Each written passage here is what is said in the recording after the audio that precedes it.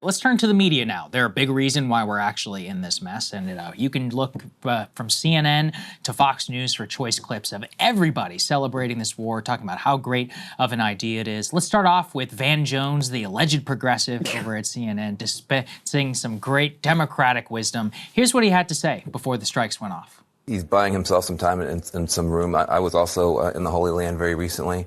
I think progressives underestimate how dangerous Iran is. Iran is not a normal country.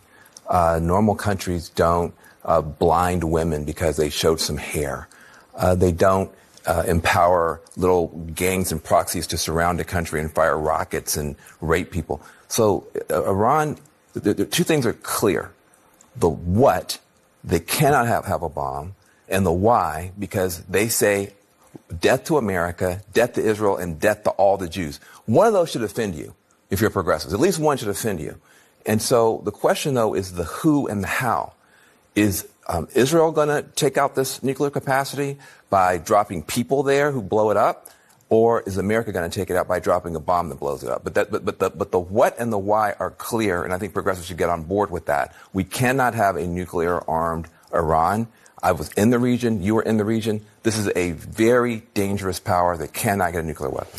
He just got back from the Holy Land. He's got all this wisdom to drop on all of us. What else you got for us, Van? Yeah, tell us more. By the way, if you continue to watch CNN, it's not just the esteemed Van Jones to make that case. They also trot out CNN analyst John Bolton, former Trump national security advisor. Here's what he had to say.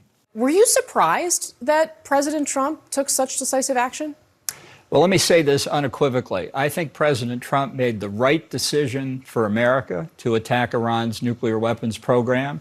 And I think we're on the verge of potentially seeing regime change in Iran as part of that. I think this is a huge change in the Middle East. It was a decisive action. It was the right thing to do. I thought somebody should do it for a long time, but better late than never.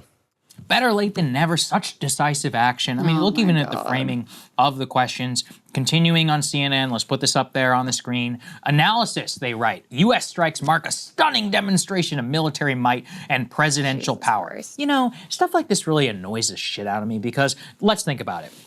Given the $1 trillion that we pay, yeah, we better have some goddamn military might and, you know, a presidential power. Of course, we are the capital of the global empire. It'd actually be humiliating if the military might didn't work, considering how much money went into the development of the massive ordnance penetrator, the B-2 bomber, the amount, that we spend just maintaining this entire thing. It's like all of the assumptions and things that are built into that, but this is why we are where we are. And Fox is far more to blame because literally they're the ones that Trump is relying on and imbibing all of this BS from. But if you're quote unquote, centrist boomer, this is what you're ingesting all day long. And that's what leads to the bipartisan support for war. And that's, especially just echoing what Scott just said here, how the framing is everything. And if you listen to this crap, you would think they're 10 seconds away from a nuclear bomb. Just bullshit. It's complete fake. It's wrong. Well, and just even if you take Van Jones's framing here of they can't have a bomb.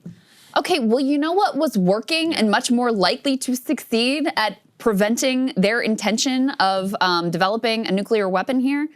Diplomacy. The type that Obama engaged in, the type that Trump was engaging in before whoever came in and convinced him that you should have this poison pill of absolutely zero enrichment. That's what actually has a chance of success. But the minute that you say and you commit the military to we must do whatever it takes to prevent even the possibility of them developing a nuclear weapon, something, by the way, and I really want you guys to think about this, a couple months ago, was this the top of mind priority? No, it's being completely fabricated right now in real time. But as soon as you commit that we have to make sure, we have to preclude even the possibility that they could develop a nuclear weapon, you are in regime change city, which is exactly where we are. And you can hear the cynical weaponization of identity politics from Van Jones. Oh my God, the chance. We must invade them because of the chance and the horrible treatment of women. Hey, how are women treated in Saudi Arabia as one example? How does it go there? How are ethnic minorities treated in our great friend and allies, Israel? How are people treated there in the West Bank? And how's that genocide in Gaza going? Do we need to, Is there any priority there for you to stop shipping the American weapons that are enabling those atrocities from? Of course not. Of course not. Of course not. It is all so incredibly cynical. And last thing on the CNN point, because it's really important that people understand what is being done to them. On that panel with Van Jones, I saw, Scott Jennings there nodding his head along. Yes. Was there Who wants to bomb Iraq? Actually advocated for Trump to bomb Iraq. Yes, and correct. Is a dyed-in-the-wool neocon, delighted right now at everything that's going now.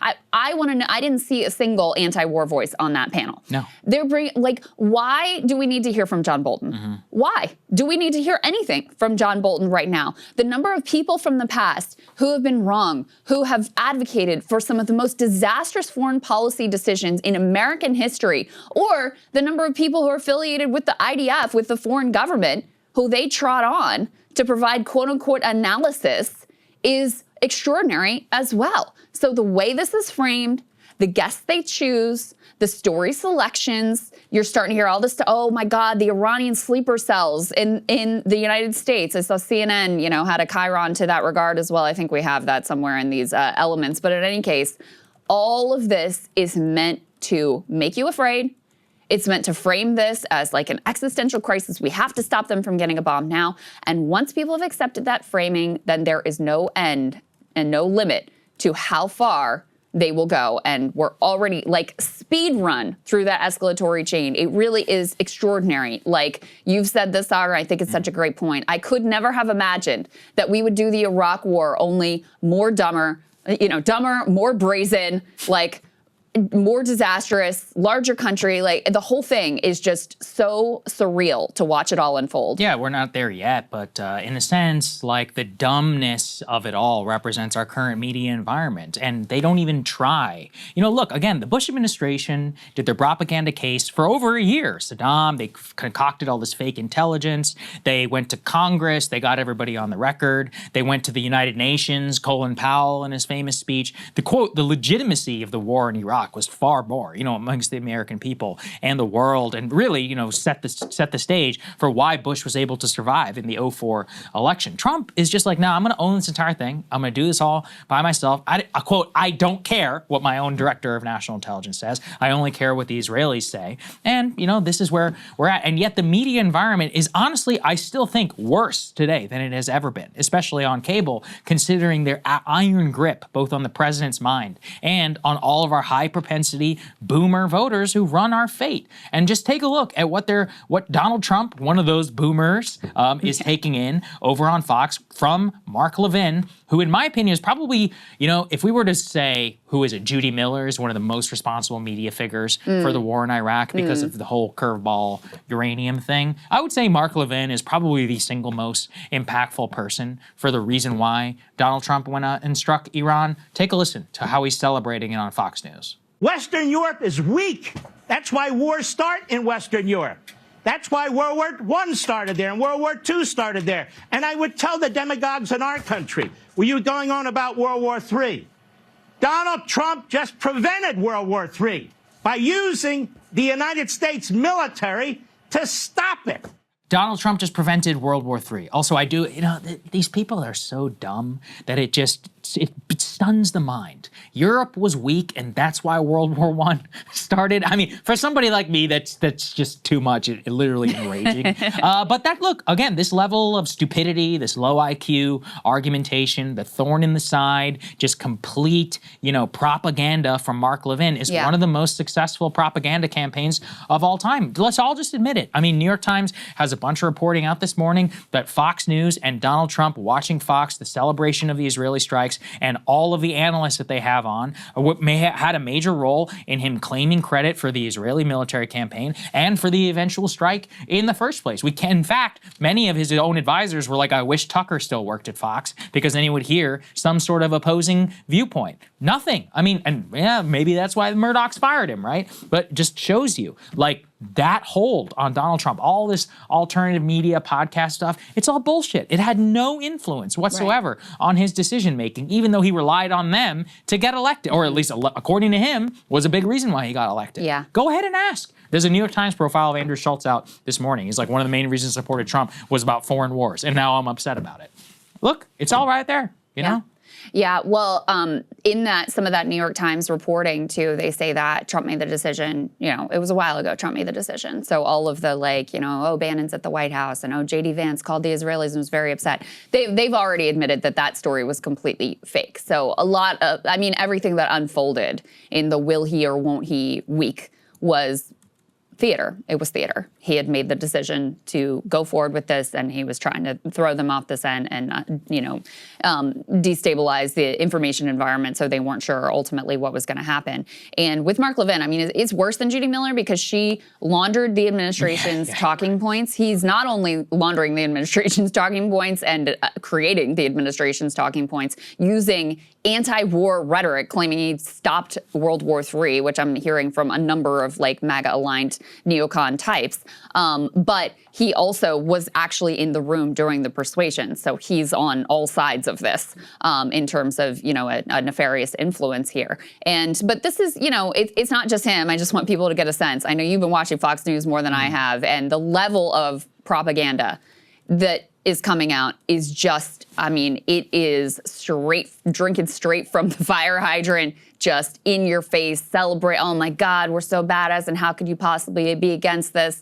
Let's go ahead and take a listen to a little bit of the rhetoric that's playing out there. Anyone who says this war isn't good is either with the regime or has something to gain from it.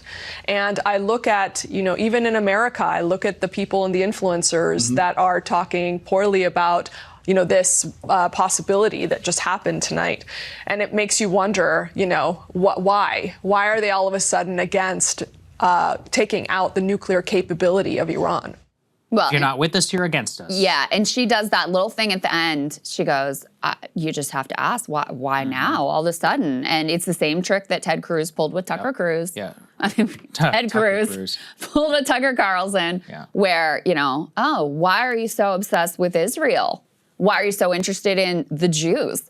And for those of us who were, I was in college during the Iraq War buildup, and Saagar remembers well because he was politically inclined even as a child. I was a freak. But all my classmates hated me because I was talking about Iraq. Everyone who was anti-war, we were smeared as traitors, terror-loving traitors. Now we are going to be smeared as terror-loving traitors who are also bigoted anti-Semites. Yes. That is coming. It's everything that's old is new again. And I wish I could say... But I want to, just really quick, I want to underscore this because it's going to be on steroids. Because in 2003, we didn't have AI, we didn't have Palantir, we didn't have, the sort of authoritarian tactics that we've seen play out already to crush dissent, whether it's calling up the thousands of National Guards and Marines into an American city. By the way, they're still there, even though there's literally no protest anymore.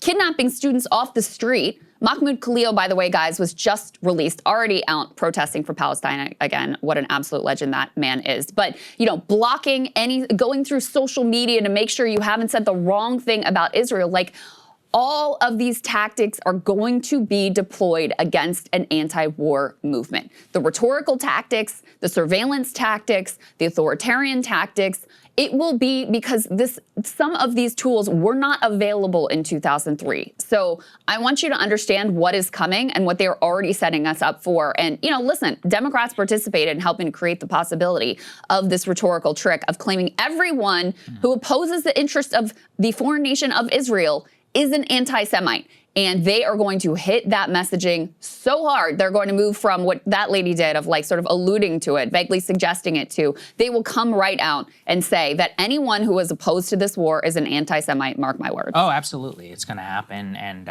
look, Patriot Act 2.0, that's not out of the question. And if things really get into it, the Trump administration, they're going to roll us, okay? Everybody. And so be prepared. Be prepared because, freedom fries and all of that, that seemed insane. But, the vast majority of a lot of people, they supported it. It took years to actually come back. And it's just absolutely devastating. Hey, if you like that video, hit the like button or leave a comment below. It really helps get the show to more people. And if you'd like to get the full show ad-free and in your inbox every morning, you can sign up at breakingpoints.com. That's right. Get the full show, help support the future of independent media at breakingpoints.com.